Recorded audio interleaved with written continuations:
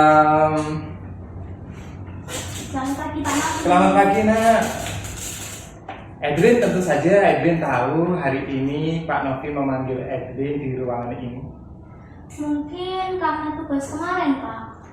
Kemarin Pak Novi lihat Edwin kan masuk sekolah. Iya Pak masuk, tapi saya tidak mengumpulkan tugas. Oh, nah seseorang itu pasti mempunyai kesalahan. Pak Novi juga pernah melakukan kesalahan, tetapi tentu saja ada alasannya. Kira-kira mengapa Edwin tidak mengerjakan tugas, nak? Saya capek Pak, karena kemarin malam saya scroll TikTok sampai jam 12 malam Pak. Jadi saat pelajaran saya mengantuk. Edwin kenal nggak keyakinan kelas kita? Masih Pak. Keyakinan kelas yang mana, nak? Selalu bertanggung jawab Pak. Selalu bertanggung jawab. Terus untuk menumbuhkan rasa bertanggung jawab itu kira-kira Edwin punya solusinya nggak? Iya Pak. Pertama, saya minta maaf karena tidak mengumpulkan tugas. Yang kedua, saya tidak akan tidur terlalu malam lagi. Yang ketiga, saya akan mengumpulkan tugas ke Pak Novi besok. Iya, luar biasa sekali Pak Novi mengapresiasi tanggung jawabmu. Terima kasih atas kehadirannya. Silahkan kembali ke kelas. Terima kasih Pak. Assalamualaikum. Waalaikumsalam warahmatullahi wabarakatuh. Assalamualaikum warahmatullahi wabarakatuh. Perkenalkan, nama saya Adeline Putri Cantika, kelas 5 di SD Negeri Marco Yasan. Hari ini saya senang sekali karena diajak berdiskusi oleh Pak Novi untuk lebih bertanggung jawab dan mendapatkan solusi untuk permasalahan saya. Wassalamualaikum warahmatullahi wabarakatuh. Waalaikumsalam warahmatullahi wabarakatuh. Ya, silakan duduk, nak. Alhamdulillah. Selamat pagi. Sehat, Kenji? Sehat. Alhamdulillah, pada hari ini kita diberikan kesehatan ya. Alhamdulillah. Kenji, beberapa waktu yang lalu Pak Novi mendapatkan informasi Kenji tidak mengikuti ekstra pramuka. Informasi ini saya dapat dari pembina pramuka yang ada di sekolah kita, nak.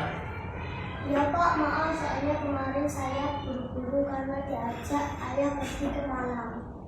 Oh, ya, piknik ya? Ya. Oh, Pak Novi juga senang ketika diajak piknik bersama keluarga, bisa bersuka cita bersama keluarga. Tetapi, Kenji tahu nggak aturan yang sudah dilanggar? Tidak Pak, soalnya saya tidak mengikuti ekstra pramuka tanpa izin. Oh, jadi keyakinan apa yang dilanggar, nak? Tertib mengikuti kegiatan sekolah Pak. Oke. Untuk meneguhkan keyakinannya, kira-kira apa yang dilakukan Kenji? Saya bisa meminta izin kepada pembina pramuka Pak. Ada yang lain, nak? Mungkin saya mengikuti ekstra pramuka terlebih dahulu. Setelah itu saya ikut ayah Pak. Nah, Kenji sekarang sudah paham sekali tentang ketertiban yang dilakukan di sekolah kita. Karena apa, nak? Karena ketertiban itu sudah ada di dalam keyakinan sekolah yang kita sepakati bersama. Ya, nak? Ya Pak. Insya Allah saya akan berusaha lagi untuk tertib lagi Pak. Ya, terima kasih. Silahkan kembali ke kelas ya, nak. Warahmatullahi wabarakatuh. Perkenalkan, nama saya Gafur Kenji Putra Sentosa dari kelas 5 di SD Negeri Marco Yasan. Hari ini saya senang sekali karena diajak berdiskusi oleh Pak Novi dan lebih tertib dan menemukan solusi. Wassalamualaikum warahmatullahi wabarakatuh. Waalaikumsalam. Bismillahirrahmanirrahim. Assalamualaikum warahmatullahi wabarakatuh. Waalaikumsalam. Salam sejahtera untuk kita semua. Pertama-tama mari kita panjatkan puji syukur kehadirat Tuhan Yang Maha Esa karena pada kesempatan pagi hari ini kita bisa bersama dalam rangka kegiatan diseminasi atau pembiasan budaya positif tentu saja di Sekolah SD Negeri Margoyasan. Sebelum acara ini kita mulai, mari kita buka dengan berdoa. Untuk itu dengan duduk sempurna berdoa, silakan.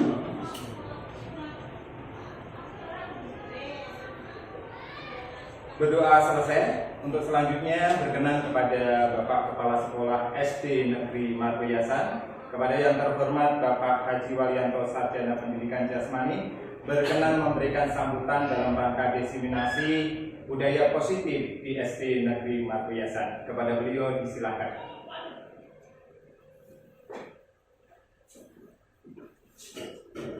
Bawah panas. Baik. Untuk membuka ini ada sebuah puisi. Mantap. Sebuah puisi di saya bacakan saya. Ini saya ngarangnya di malam. Gelombang air menari-nari di tepian pantai. Cakep. Menyapa pasir yang dimainkan para muda. Burung jamar berterbangan di atas cemara. Izinkan saya untuk mulai berbicara. Wih. Assalamualaikum warahmatullahi wabarakatuh. Waalaikumsalam. Bismillah, alhamdulillah, syukurillah, alhamdulillah. Wala haula wala quwata illa billah. Puji dan syukur senantiasa kita panjatkan kehadirat Allah Subhanahu wa taala yang mana pada siang hari ini sampai dengan saat ini telah memberikan anugerah yang luar biasa kepada kita semuanya, namanya sehat, sempat, sehingga kita bisa beraktivitas sesuai dengan apa yang menjadi tugas tanggung jawab kita semuanya. Bapak Ibu semuanya dan para hadirin yang saya hormati, saya cintai, saya banggakan, luar biasa pada pagi hari ini, pada siang hari ini, menuju sore hari ini, bahwa ada sesuatu yang memang harus kita cita-citakan, bahwa untuk kita bisa melakukan hal yang baik ini memang ada beberapa potensi yang harus kita miliki, sekaligus potensi yang bisa kita gunakan. Ada 4 dimensi yang itu sekaligus menjadikan manusia itu bisa menjadi baik ataupun tidak. Jadi kalau dimensi yang paling atas itu adalah dimensi yang paling bagus, itu namanya dimensi soleh, bisa dikatakan seperti itu. Nah, soleh ini kalau ditarik ke bawah, paling bawah adalah dimensi jahat. Kemudian ini secara vertikal ya, vertikal ke atas bawah. Kemudian secara horizontalnya ini juga ada dimensi juga, yang satu ini berdaya, kemudian yang satunya ini secara horizontal ini lawan ada berdaya berarti tidak berdaya, gitu. Tidak berdaya, kurang bermanfaat atau ya kurang berdaya, nah, atau lemah, atau tidak berpotensi, bisa dikatakan seperti itu. Bagaimana kita supaya nanti untuk bisa optimal, ya, bisa untuk optimal nanti mencapai sesuatu yang nanti menjadi harapan kita itu, memang idealnya kalau sudah dilandasi dengan suatu kebaikan atau soleh, kemudian nanti akan bertemu dengan berdaya, itu nanti akan menghasilkan sesuatu yang baik. Ya. Jadi kalau sudah awalnya ini baik, kemudian bertemu dengan berdaya, ini nanti akan menimbulkan sesuatu yang baik. Tetapi kalau yang baik ya bertemu dengan sesuatu yang tidak berdaya, ini nanti tidak akan menghasilkan apa-apa. Suatu contoh misalnya ada siswa ini secara karakternya bagus, ya, secara karakternya bagus, tetapi dia kurang mempunyai kompetensi, sehingga kalau misalnya diberikan tugas oleh guru atau siapapun, ini menerima, tetapi masih ada saya tidak mampu, saya pun G atau gimana? Karena apa? tidak mempunyai daya. Kalau yang bertemunya tidak mempunyai daya dengan yang jahat, ini jangan sampai terjadi dan ini harus dihindari. Atau bahkan bertemunya dari yang baik dengan jahat, ini memang ya ini ada, tetapi juga kalau bisa ya hindari, karena kadang-kadang jahat, kadang-kadang baik, ini juga. Maka secara potensi manusia secara keseluruhan ini memang diusahakan ketika nanti yang baik ini sudah bertemu dengan yang berdaya, inilah nanti yang kita berdaya ini nanti bisa kita latih, kita latih, terus kita usahakan. Kemudian juga yang namanya kebaikan itu juga tetap nanti terus kita usahakan juga, sehingga harapannya secara idealnya nanti kalau sudah bisa bertemu antara kebaikan dengan budaya, ini nanti akan outputnya akan menghasilkan sesuatu yang baik. Maka disinilah pentingnya kita semuanya selalu berusaha. Maka setiap pagi ketika kita berada di Taman Markisa selalu kita sampaikan atau kita semuanya menyampaikan bahwa yang harus kita usahakan itu adalah bagaimana kita bisa membiasakan diri untuk membiasakan pada anak-anak semuanya itu untuk terbangun karakter yang bagus. Dan karakter yang bagus itu nanti kalau sudah bisa menjadi sesuatu karakter yang itu menjadi suatu kebiasaan yang baik, nanti akhirnya itulah yang nanti menjadi kita hadapan bersama-sama. Maka slogan-slogan seperti yang toleran dari HP, kemudian aja urip kudu uruk dan sebagainya, maka itulah nanti yang selalu kita dengung-dengungkan, selalu kita sampaikan kepada anak-anak semuanya, sehingga nanti insya Allah dengan ikhtiar-ikhtiar yang seperti itu nanti harapannya ketemu ya antara yang budaya ini dengan yang baik tadi.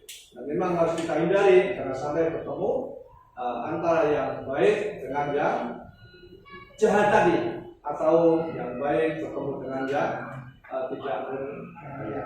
Inilah karena itu merupakan kompetensi yang ada, dasar yang ada pada setiap anak kita, bahkan pada seluruh manusia juga bisa seperti itu. Maka sekali lagi mari kita bersama-sama kita usahakan sebaik-baiknya agar nanti tercipta suasana kita semua bisa memberdayakan anak-anak semuanya, dan anak-anak semuanya insya Allah anak-anak yang menjadi objek kita semuanya adalah anak-anak kita semuanya. Dan semuanya ini berawal dari kebiasaan-kebiasaan yang sudah kita lakukan bersama, yang sudah kita ikhtiarkan, kita usahakan. Maka nanti dari semua yang kita usahakan itu memang motivasi kita dari sengkut gemrugut, gayuh harap kubu itulah nanti yang menjadi motivasi bagi kita untuk bagaimana nanti supaya bisa tercapai apa yang kita harapkan tadi. Dari sesuatu yang baik nanti bertemu dengan yang berdaya, sehingga nanti keluarnya outputnya nanti menjadi sesuatu yang kita harapkan bersama, sehingga anak-anak kita semuanya nanti keluar ini nanti insya Allah menjadi pionir benar, menjadi insan-insan yang kamil, dari anak-anak yang nanti menjadi harapan kita semuanya di masa-masa yang akan datang. Semuanya terlepas dari ikhtiar dan doa kita bersama. Dan semuanya tentu harus dilandasi dengan apa? Dengan keikhlasan kita semuanya. Jadi kalau kita melakukan segala sesuatu kita lalui dengan keikhlasan, ini kalau dalam tembung Jawa itu ada itu. Jadi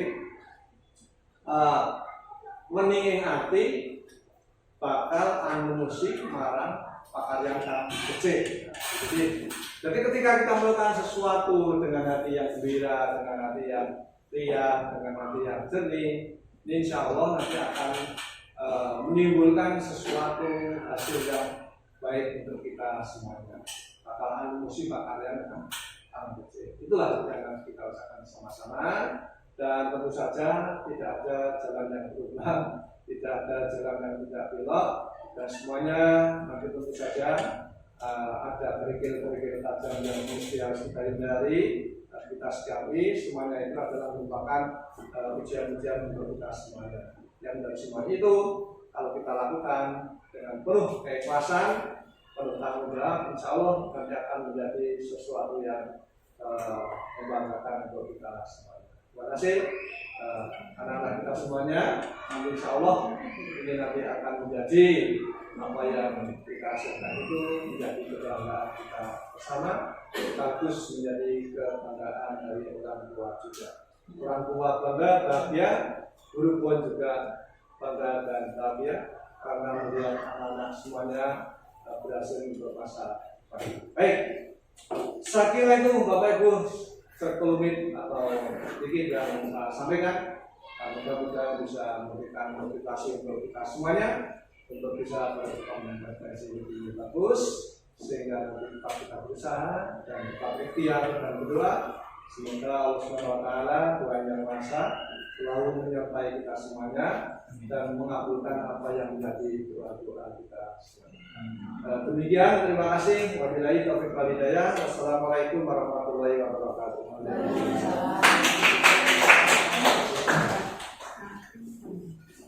Terima kasih kepada Bapak Kepala Sekolah SD Negeri Margoyasan, kepada Bapak Haji Walianto, Sarjana Pendidikan Jasmani, yang mengingatkan kita untuk selalu berbuat baik. Kebiasaan yang dilakukan terus-menerus akan menjadikan sebuah budaya, tentu saja akan membangun sebuah karakter. Bapak Ibu yang kami hormati, pada kesempatan pagi hari ini kami akan mendefinisi budaya positif. Jadi ini hasil dari pendidikan guru penggerak angkatan 9, dimulai dari modul 1, 1.1, 1.2 dan 1.3 dan berakhir di 1.4, yaitu aksi nyata untuk berbagi. Berbagi apa Bapak Ibu sekalian? Berbagi apa yang sudah kami dapat, terus kami ditugaskan untuk mengimbaskan kepada rekan-rekan guru sejawat. Di modul pertama kami diajarkan tentang filosofi Ki Hajar Dewantoro, kemudian di modul kedua kami diajarkan bagaimana peranan dan nilai guru penggerak, kemudian di modul 3 dan 4 nanti berbicara terkait dengan budaya positif, dan di modul 1.3 kelupaan itu bagaimana diajarkan prakasa perubahan dengan menggunakan kanvas baja. Dan terakhir adalah modul 1.4, yaitu tentang budaya positif. Di akhir kegiatan modul 1 harus ada bukti aksi nyata, yaitu berbagi pengetahuan kepada rekan sejawat. Baiklah Bapak Ibu sekalian, supaya kondisinya lebih mencair lagi, maka kita akan ice breaking sebentar. Ada yang mau memimpin? Mungkin ice breakingnya? Ada? Bu Reni. Oh ya, ada yang mau memimpin? Nggak ada. Oke. Bapak. Ice breakingnya cukup mudah dengan melihat clue-nya, rekan-rekan sekalian. Clue-nya adalah kata yang saya katakan. Kata kuncinya adalah apa yang saya katakan. Terus nanti ikuti ketika instruksi dari apa yang saya katakan. Jelas nggih? Jelas betul? Dicoba. Seumpamanya saya mohon untuk melihat saya, mohon melihat saya semua. Oke. Pak, boleh sekarang pegang hidung. Nah, oke. Pegang hidung nggak bisa. Wah, hidungnya yang kira-kira kurang mancung dielus-elus supaya menjadi mancung. Kemudian pegang kuping. Iya. Selanjutnya pegang hidung. Oke, luar biasa, semua berhasil. Tepuk tangan. Ya. Oke, rekan-rekan sekalian, kita langsung ke topik pembahasan. Yang pertama terkait dengan budaya positif. Budaya positif itu apa rekan-rekan sekalian? Budaya positif di sekolah yaitu nilai kebiasaan di sekolah yang berpihak pada, tentu saja berpihak kepada peserta didik. Di kurikulum Merdeka ada 2 kata kunci, Yang pertama yaitu berorientasi kepada peserta didik, dan yang kedua adalah pembelajaran berdiferensiasi. Budaya positif di sekolah yaitu nilai-nilai dan kebiasaan-kebiasaan di sekolah yang berpihak pada peserta didik agar mereka dapat berkembang menjadi pribadi yang kritis, penuh rasa hormat dan bertanggung jawab. Seperti yang kita lakukan pada Taman Markisa dan lain sebagainya, kita sudah berupaya untuk menanamkan apa Bapak Ibu sekalian nilai-nilai dan kebiasaan-kebiasaan di sekolah yang tentu saja berpihak pada peserta didik agar mereka dapat berkembang menjadi pribadi yang kritis, penuh hormat, bertanggung jawab. Kata-kata ini, definisi ini tidak luput dari definisi pendidikan menurut Ki Hajar Dewantara, bahwa pendidikan yaitu menuntun ke kodrat alam maupun kodrat zaman. Tentu kita menyadari bahwa setiap peserta didik, setiap manusia itu mempunyai potensi, sehingga tugas kita harus mengembangkan sebuah potensi yang nantinya kritis, penuh hormat, bertanggung jawab dalam kerangka profil pelajar Pancasila. Monggo selanjutnya. Perubahan paradigma. Untuk membangun budaya yang positif di sekolah, itu tentu saja perlu menyediakan lingkungan, karena tidak lepas ketika kita membangun budaya, lingkungannya juga tidak mendukung. Lingkungan yang mendukung itu apa aja rekan-rekan? Pertama, aman dan nyaman. Ini yang dikatakan tadi, berorientasi kepada peserta didik, yaitu bagaimana kita bisa menghadirkan lingkungan yang aman dan nyaman agar murid-murid mampu berpikir, bertindak dan mencipta dengan merdeka, mandiri dan bertanggung jawab. Lazimnya disiplin berkaitan dengan kontrol. Dalam hal ini kontrol guru dalam menghadapi murid. Nah, seperti kaitannya tadi saya katakan, menurut filosofi Ki Hajar Dewantara bahwa tujuan pendidikan adalah menuntun segala kodrat yang ada pada anak agar mereka dapat mencapai keselamatan dan kebahagiaan. Namanya menuntun, Bapak Ibu sekalian, itu mesti di belakang. Ketika kita mengibaratkan menuntun anak kecil, kalau di depan itu namanya diseret. Bu? Nah, kalau di depan itu namanya diseret. Ketika kita menuntun anak ini, digandeng itu di samping atau di samping itu biasanya kita justru yang di depan adalah ibunya ataupun yang ngomong. Tetapi ketika menurut Ki Hajar Dewantara ini, yang benar adalah menuntun di belakang. Ketika kita mengajarkan anak untuk berdiri, itu biasanya dari belakang kita angkat untuk berusaha agar mereka berusaha untuk bisa berdiri sendiri. Nah, ini nanti yang namanya potensinya itu di situ. Mencapai keselamatan dan kebahagiaan yang setinggi-tingginya baik sebagai manusia maupun sebagai anggota masyarakat. Oleh sebab itu, pendidik hanya dapat menuntun tumbuh atau hidupnya kekuatan. Jadi meyakini bahwa semua anak itu mempunyai potensi, kodrat yang ada pada anak agar dapat memperbaiki lakunya, bukan dasarnya hidup dan tumbuhnya kekuatan kodrat anak.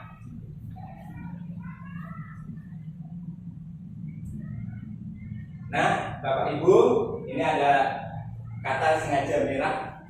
Kita sendiri memegang kontrol atas kepalan tangan kita. Ya, coba kepalan kita ini kan yang memegang kontrol kita. Apakah kita membuka atau menutup kepalan tangan kita, itu tergantung oleh diri kita sendiri, sesuai dengan dirinya masing-masing, sesuai dengan kebutuhan dasar saat itu. Wah, saya kepengen membuka, saya ingin menutup, itu tergantung dirinya, tentu saja berdasarkan dengan kebutuhannya.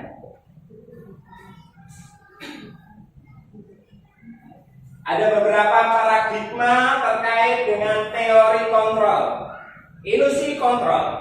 Ilusi guru mengontrol murid. Ilusi bahwa kritik dan membuat orang merasa bersalah dapat menguatkan karakter. Jadi ketika kita mengatakan seseorang, memberikan masukan seseorang dan membuat orang itu merasa bersalah, nantinya itu hal yang menguatkan karakter. Yang ketiga, ilusi bahwa semua penguatan positif itu efektif dan bermanfaat. Dan terakhir adalah ilusi bahwa orang dewasa itu memiliki hak untuk memaksa.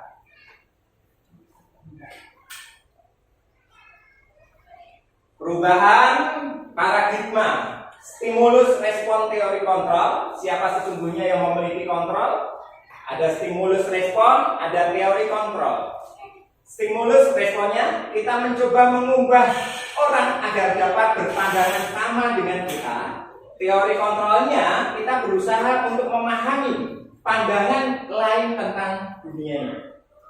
Terus stimulus respon, perilaku buruk dilihat sebagai suatu kesalahan.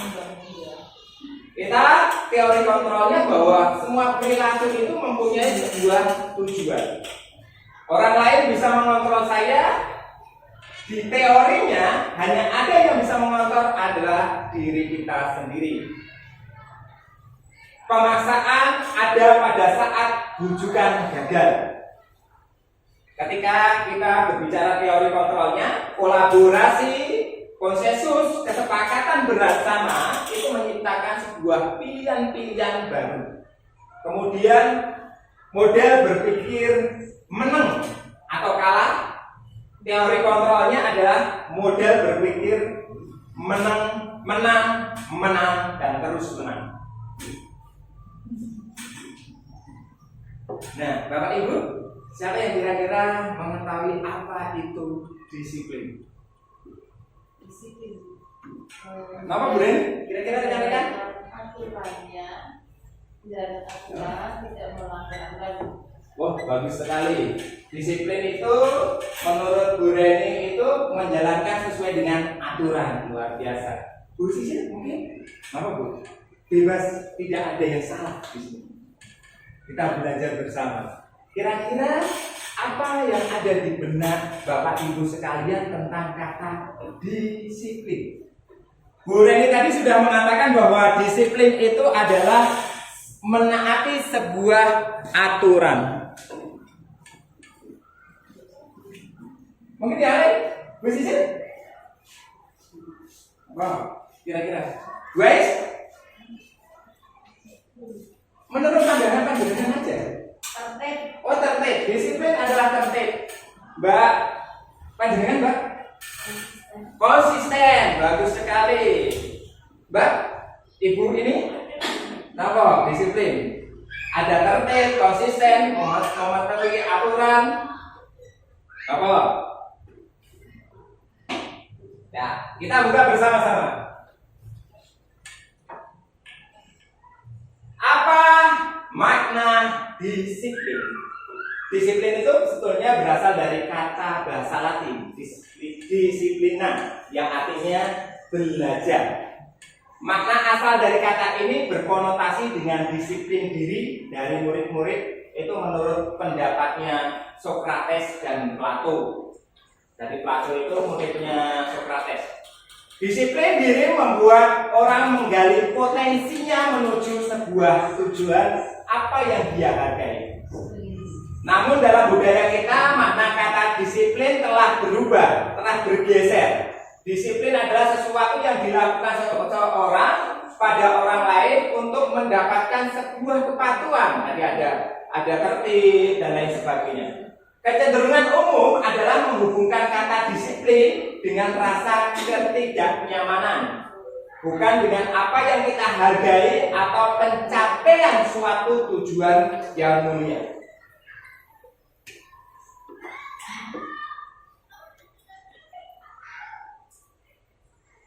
Anda tidak bisa mengontrol orang lain, hanya Anda yang bisa mengontrol diri Anda. Seperti teori kepalan tadi. Disiplin adalah kemampuan memerintah diri sendiri dalam mengontrol dan menguasai diri untuk memilih tindakan yang mengacu pada nilai-nilai yang kita hargai dengan penuh tanggung jawab tanpa terperintah. Jadi sesuatu yang meyakini sebuah nilai-nilai kemudian kita lakukan tanpa adanya perintah. Itu adalah sebuah disiplin. Nah, maksud dari nilai-nilai yang ada dalam disiplin tadi, tanpa diperintah sudah menjalankan nilai-nilai tadi, nilai-nilai yang kita hargai adalah nilai kebajikan. Sifat positif manusia yang merupakan tujuan mulia yang ingin dicapai setiap individu. Nilai kebajikan yang ingin dicapai oleh setiap anak Indonesia kita kenal dengan profil pelajar Pancasila. Perlu sekedar informasi saja bahwa proyek penguatan pelajar Pancasila itu namanya sekarang proyek profil, bukan proyek penguatan pelajar Pancasila, tetapi dinamakan proyek profil. Jadi kalau kita berbicara proyek penguatan profil pelajar Pancasila itu namanya sekarang menjadi proyek profil. Nah, apa saja dimensi apa saja yang ada di profil pelajar Pancasila? Ada 6 Bapak Ibu sekalian. Yang pertama yaitu beriman, bertakwa kepada Tuhan Yang Maha Esa, dan berakhlak mulia, mandiri, bernalar kritis, berkebinekaan global, gotong royong, dan kreatif. Di buku panduan sudah sampai dengan elemen-elemennya dan sub-elemennya sudah dijabarkan sehingga kita mudah untuk mempraktekkan nilai-nilai kebajikan. Teori motivasi perilaku. Teori motivasi sangat perlu sekali untuk dilakukan oleh setiap manusia. Ada motivasi yang bersifat eksternal, ada pula motivasi yang bersifat internal. Kemudian juga ada motivasi eksternal dan internal. Contoh motivasi yang eksternal yaitu untuk menghindari ketidaknyamanan, hukuman apa yang terjadi apabila saya melakukannya. Berarti ada motivasi dari di luar diri kita. Untuk mendapatkan imbalan dari orang lain atau institusi, apa yang akan saya dapatkan apabila saya melakukan sesuatu. Nah, berarti ada motivasi di belakangnya untuk mendapatkan sebuah imbalan. Dan motivasi itu berasal dari eksternal. Kemudian untuk menghargai diri, saya akan menjadi orang seperti apa bila saya melakukannya. Saya akan menjadi orang yang seperti apa bila saya melakukan. Itu motivasi yang ada di dalam internal manusia atau diri kita sendiri. Nah, ini kita semua tentu saja memerlukan sebuah kebutuhan. Realitas kebutuhan kita berbeda. Kita berusaha memahami pandangan orang lain tentang sebuah dunia. Setiap orang memiliki gambaran yang berbeda. Kebutuhan dasarnya apa? Cinta, kasih, diterima atau diterima. Kayak Pak Ardi itu membutuhkan sebuah cinta kasih. Ya, ada kebutuhan penguasaan. Ada saya butuh sebuah semangat. Saya butuh sebuah kebebasan seperti kupu-kupu yang bisa hinggap kemanapun. Itu adalah salah satu dari 5 kebutuhan dasar manusia, survival, yaitu bertahan hidup.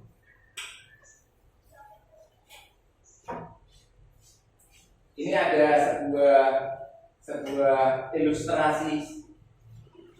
Ibu Ani, guru kelas 5 di SD Pelita Hati, sedang bingung menghadapi ulah salah satu murid di kelasnya. Agus, beberapa anak telah datang dan mengeluhkan Agus yang sering kali meminta bekal makan siang mereka dengan paksa. Jika Anda menghadapi situasi seperti Ibu Ani, apa yang Anda lakukan? Menurut Anda kira-kira apa alasan Agus melakukan itu? Nah, silakan yang mencoba bisa menjawab apa yang kira-kira Bapak Ibu bisa lakukan. Terus kemudian kira-kira alasannya apa untuk Agus melakukan itu? Bu Asih mungkin? Apa Bu kira-kira? Apa yang akan Anda lakukan? Ya, mendekati anak yang bernama Agus. Jadi, Kemudian secara apa ya? Secara hati ke hati. Ya, tanya, oke. kenapa kamu? meminta, memaksa, Iya. Ya. Kemungkinan anak itu tidak apa ya? Di rumah Belum kemungkinan makan. belum makan atau memang kekurangan. Iya. Nah, kita sebagai guru harus bisa memberikan apa ya? Suatu motivasi pada anak itu dengan misalnya. Oke. Luar biasa sekali. Kasih tepuk tangan dong. Luar biasa jawaban dari Ibu Asih. Ini Bapak Ibu.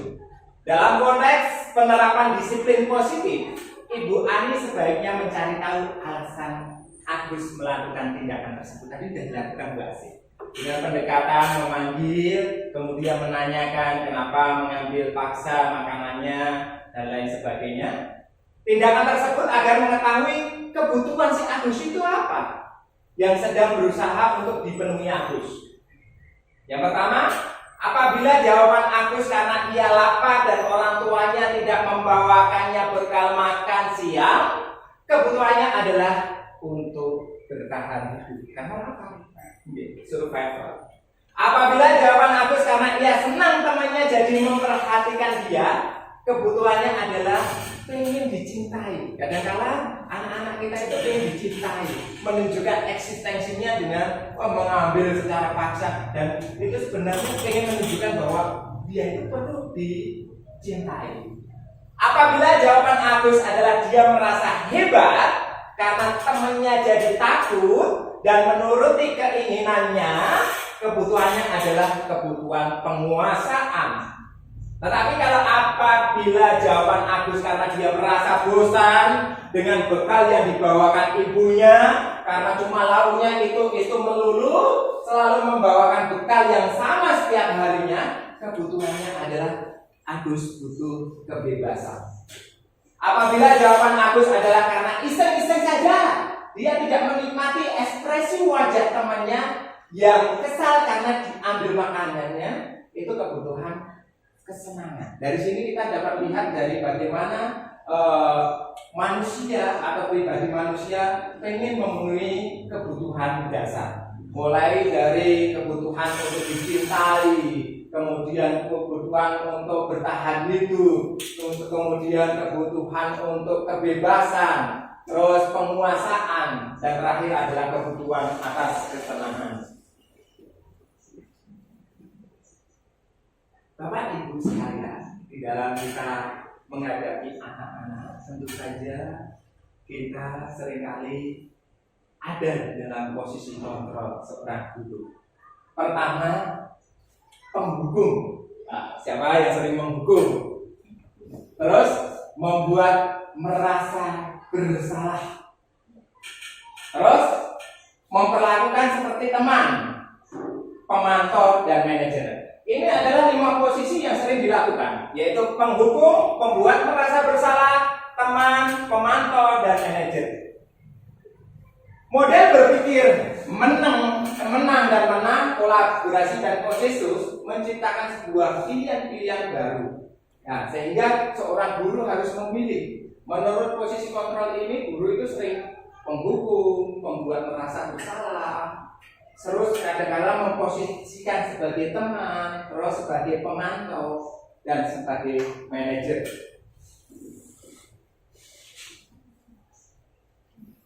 Lima posisi kontrol terlalu kecil-kecil ya Bapak Ibu. Ini contoh guru berbuat menghadik, menunjuk-nunjuk, menyakiti, menyindir itu termasuk penghukum. Kalau kamu tidak melakukan, awas ya, rasakan. Kata-kata kayak gitu adalah kata-kata yang bisa masuk dalam kategori penghukum. Membuat merasa bersalah, berceramah, mengatakan seharusnya anak-anak kalian harus berbuat baik karena perbuatan baik itu sangat dicintai oleh Tuhan Yang Maha Esa dan lain sebagainya. Itu biasanya membuat merasa bersalah, dan kadang-kadang kita memposisikan sebagai teman, membuat alasan-alasan untuk muridnya, terus pemantau, menghitung dan mengukur, manajemen, mengajukan pertanyaan-pertanyaan, mengajak anak untuk berdiskusi, dan lain sebagainya. Nah, Bapak Ibu sekalian, ini ada beberapa pertanyaan. Saya kecewa sekali dengan kamu. Wah, kata-kata itu adalah kata-kata yang membuat siapa yang mengatakan, kemudian pernyataannya ada di sebelah kiri, siapa yang mengatakan, yaitu membuat orang merasa menjadi bersalah. Kemudian kamu tidak pernah benar untuk melakukannya, sudah menjustis, sudah menghukum. Ayo kita lakukan demi ibu bapak. Ini mengajak, memposisikan sebagai teman. Apakah kamu mendapati stiker bintang? Hari ini kadang-kadang dikasih bintang ketika dia ada berhasil untuk menyelesaikan tugasnya dan lain sebagainya. Itu posisi memantau. Kemudian bagaimana kamu menyelesaikan masalah ini adalah posisi manajer.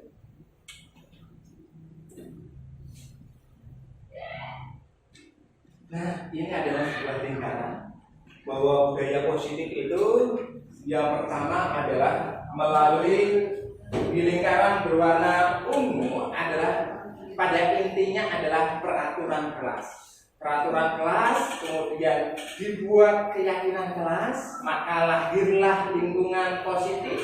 Lingkungan positif itu akan menghadirkan sebuah budaya positif. Berarti budaya positif itu berasal dari kelas. Kelas membuat sebuah peraturan kelas, kemudian membangun keyakinan kelas, kemudian ada lingkungan positif dan budaya positif. Mari kita masuk ke bab selanjutnya, yaitu tentang keyakinan kelas. Keyakinan kelas adalah nilai-nilai kebajikan atau prinsip-prinsip universal yang disepakati bersama secara universal, lepas dari latar belakang suku, negara, bahasa maupun agama. Menurut Gosen 1998, suatu keyakinan adalah lebih memotivasi seorang dari dalam, yaitu intrinsik. Seorang akan lebih bersemangat menjalankan keyakinan daripada hanya sekedar mengikuti sebuah serangkaian peraturan. Lebih yakin ketika itu hadir dari dalam dirinya sendiri. Nah, ini contoh kita membentuk sebuah keyakinan di kelas. Keyakinan kelas itu bersifat abstrak daripada peraturan yang lebih rinci dan konkret. Jadi bentuknya lebih abstrak, tidak langsung tertuju pada poin-poin. Keyakinan kelas berupa pernyataan-pernyataan yang bersifat universal. Pernyataan keyakinan kelas senantiasa dibuat dalam bentuk positif. Keyakinan kelas sebenarnya tidak terlalu banyak sehingga mudah diingat dan dipahami. Semua warga kelas sebaiknya ikut berkontribusi dalam membuat kegiatan kelas lewat curah pendapat. Bersedia meninjau kembali keyakinan kelas dari waktu yang ke waktu. Perlu direvisi. Ketika sudah terbentuk di suatu kelas itu keyakinan kelas, perlu direvisi mana yang harus ditambahi, mana yang harus dikurangi dan lain sebagainya. Ini beda peraturan, mohon maaf, peraturan kemudian keyakinan kelas atau nilai-nilai kebajikan yang dituju. Kita lihat mesti kalau bahasanya sebuah peraturan itu poin per poin. Tetapi kalau bahasanya sebuah keyakinan itu pernyataan yang bersifat universal. Contoh, selalu kembalikan buku pada tempatnya. Kalau bahasa keyakinannya adalah tanggung jawab, lebih universal dan lain sebagainya. Ini membuat kesepakatan kelas Bapak Ibu semuanya. Dan terakhir adalah bab tentang segitiga restitusi. Apa toh segitiga restitusi itu? Proses menciptakan kondisi bagi murid untuk memperbaiki kesalahan mereka sehingga mereka bisa kembali pada kelompok mereka dengan karakter yang lebih kuat. Melalui restitusi, guru dapat membantu murid menjadi lebih memiliki tujuan disiplin positif serta memulihkan dirinya setelah berbuat salah. Ini strateginya ya, segitiga restitusi itu. membantu murid untuk jujur pada dirinya sendiri dan mengevaluasi dampak dari kesalahan yang dilakukan. Memberikan sebuah penawaran bukan sebuah paksaan. Ini gambar restitusi itu, Bapak Ibu sekalian, ada segitiga restitusi. Di sisi sebelah kiri adalah validasi tindakan yang salah, kemudian menstabilkan identitas, meyakinkan keyakinan kelas.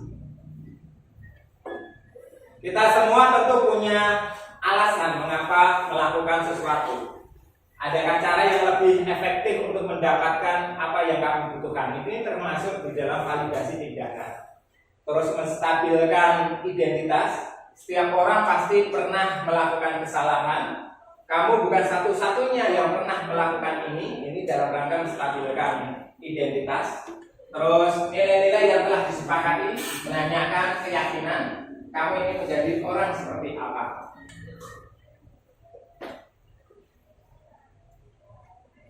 Ini tahap dari segitiga restitusi, Bapak Ibu sekalian.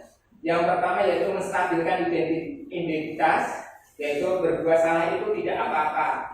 Ada kata-kata narasi berbuat salah itu tidak apa-apa, tidak ada manusia yang sempurna. Saya juga pernah melakukannya. Terus kita bisa menyelesaikan ini. Bapak Ibu tertarik mencari siapa yang salah, tapi Bapak Ibu mencari sebuah solusi dari sebuah permasalahan. Kamu berhak merasa begitu. Ini kata-kata dalam rangka menstabilkan identitas. Terus tahapan selanjutnya yaitu validasi tindakan yang salah. Contohnya, padahal kamu bisa melakukan yang lebih buruk dari ini ya. Kamu pasti punya alasan mengapa melakukan itu. Kamu patut bangga pada diri sendiri karena kamu telah melindungi sesuatu yang penting buatmu. Terus menanyakan keyakinan.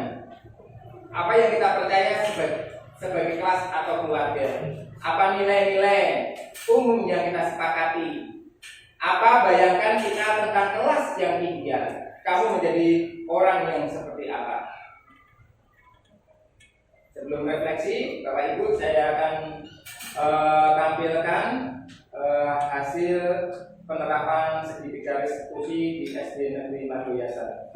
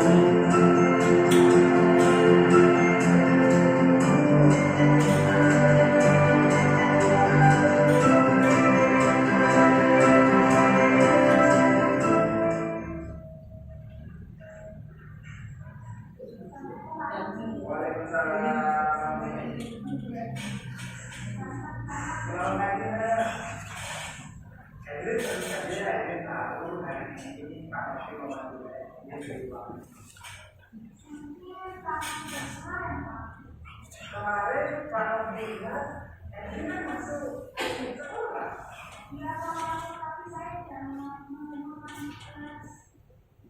Oh, nah, seorang guru pasti mempunyai kesalahan. Pasti juga mengatakan kesalahan. Tetapi tentu saja ada alasannya. Kira-kira Anda itu tidak mengatakan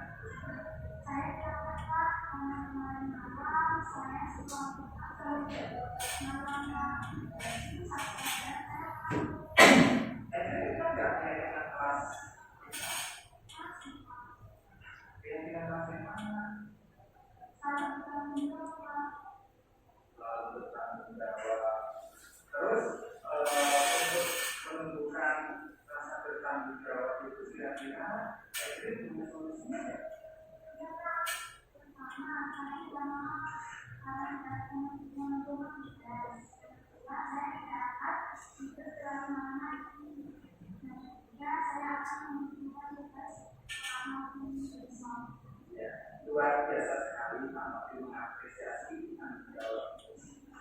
Terima kasih atas kehadirannya. Silakan kembali ke kelas. Waalaikumsalam. Assalamualaikum warahmatullahi wabarakatuh. Perkenalkan nama saya Dini Cantika, kelas 5 di SD Negeri Madrasah. Hari ini saya senang sekali karena diajak berdiskusi oleh Pak Nafi untuk lebih menjawab dan mendapatkan solusi untuk masalah saya. Assalamualaikum warahmatullahi wabarakatuh. Waalaikumsalam warahmatullahi wabarakatuh. Ya, silakan. Selamat pagi. Sehat ya, Ci? Alhamdulillah. Hari ini kita punya kesehatan ya. Alhamdulillah. Kenji, beberapa waktu yang lalu Pak Novi mendapatkan informasi Kenji tidak memiliki ekstra rangka. Informasi ini saya dapat dari pembina rangka yang ada di sekolah kita.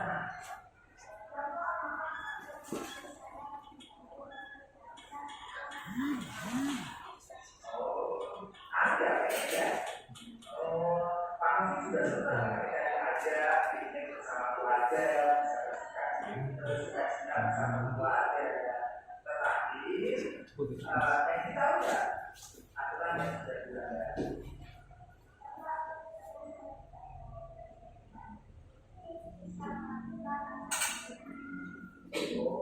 Jadi keyakinan apa itu karena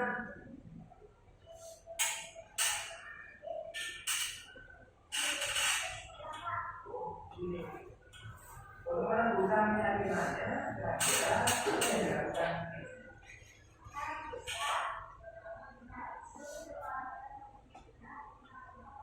Ada yang lain?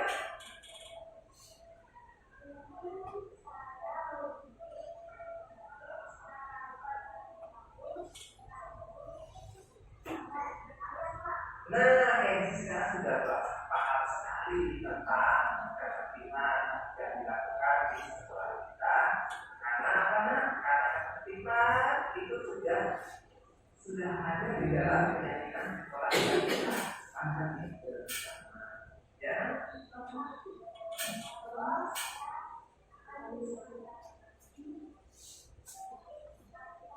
kasih. Silakan kembali ke kelas ya.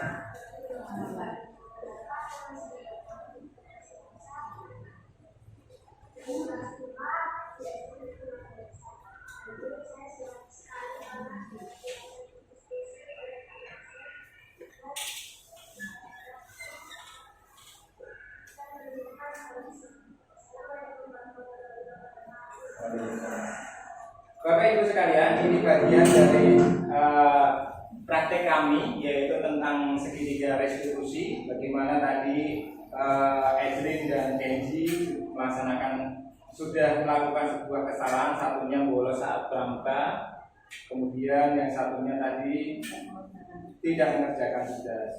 Jadi solusinya dan apa yang kita harus lakukan, kita akan menerapkan segitiga restitusi seperti yang tadi saya terangkan. Bapak Ibu sekalian, sebelum kita ke refleksi, mungkin ada yang mau bertanya? Saya bertanya pertanyaan, Pak. Tadi Pak Novi menerangkan budaya positif di sekolahan. Nah, bagaimana cara Pak Novi untuk menularkan, mengimbaskan budaya positif di sekolahan kepada guru-guru, kepada anak-anak dan seluruh warga sekolah, dan mengapa budaya positif itu penting dalam sekolah kita ini? Luar biasa sekali pertanyaan, kasih tepuk tangan dong. Dikasih apa? Dikasih W, kasih O, kasih W.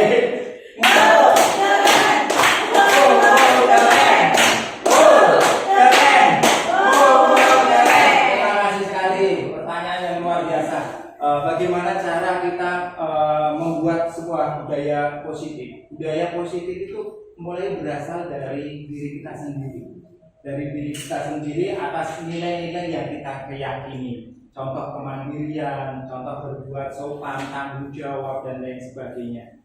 Mulai dari kita sendiri, kemudian kita lakukan, kemudian kalau itu dilihat baik oleh teman-teman kita coba biaskan kepada teman-teman. Jadi Bapak Ibu sekalian, sesuatu itu menjadi sebuah budaya ketika nilai-nilai itu dilakukan secara terus-menerus. Ada kontinu di dalam melaksanakan kegiatan yang kita yakini itu adalah sebuah budaya, sebuah kebaikan-kebaikan. Kemudian dari sesuatu yang terus-menerus itu akan menjadikan sebuah kebiasaan. Dan kebiasaan itu mengkristalisasi menjadi sebuah budaya. Saya kira itu Ibu Penny. Caranya dengan bagaimana menularkan ke guru-guru? Untuk menularkan pertama dengan sikapan, kemudian juga bisa melalui destinasi kayak gini Bu, Bapak Ibu sekalian, kemudian juga melalui sosialisasi. Ketika tentu saja kita ada taman markisa, taman yang sering kita laksanakan di setiap pagi untuk mengingatkan anak dan memberitahu anak, dan tentu saja jangan lupa dipraktekkan. Begitu, terpuaskan? Kalau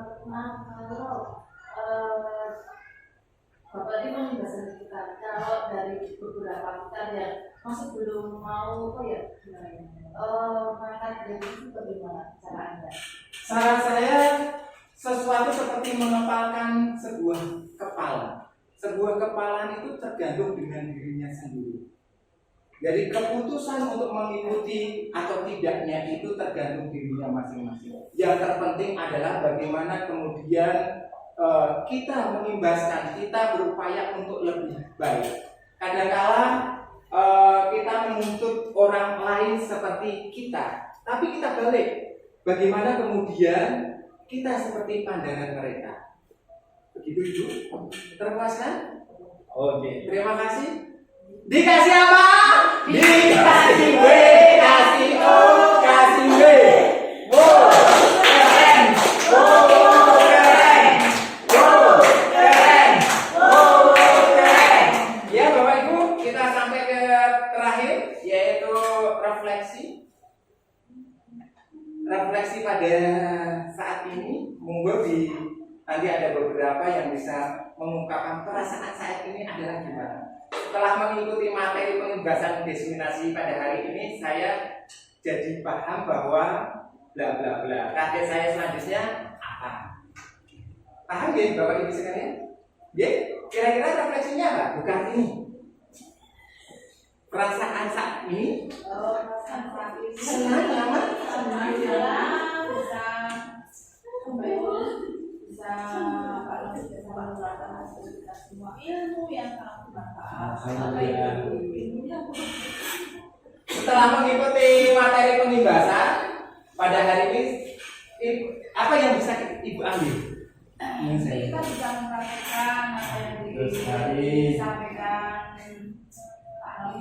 terkait restitusi tadi ya Bu, keyakinan kelas dan lain sebagainya. Mungkin Bu Rina, target saya selanjutnya menapa Bu Rina? Ya, melanjutkan untuk budaya positif di sekolahan itu komunitasnya tadi itu ya. Jadi tidak terus berhenti, terus nanti harus membangun lagi dari awal. Jadi akan sangat sulit sekali. Yang terakhir pemanfaatan kita Bu Sisil, kira-kira target selanjutnya gimana? Apa tadi yang sudah disampaikan Pak Novi harus kita lakukan secara kontinu terus-menerus, jangan sampai putus, karena itu merupakan suatu seperti pembiasaan pembinaan karakter. Luar biasa, tepuk tangan untuk kita semua.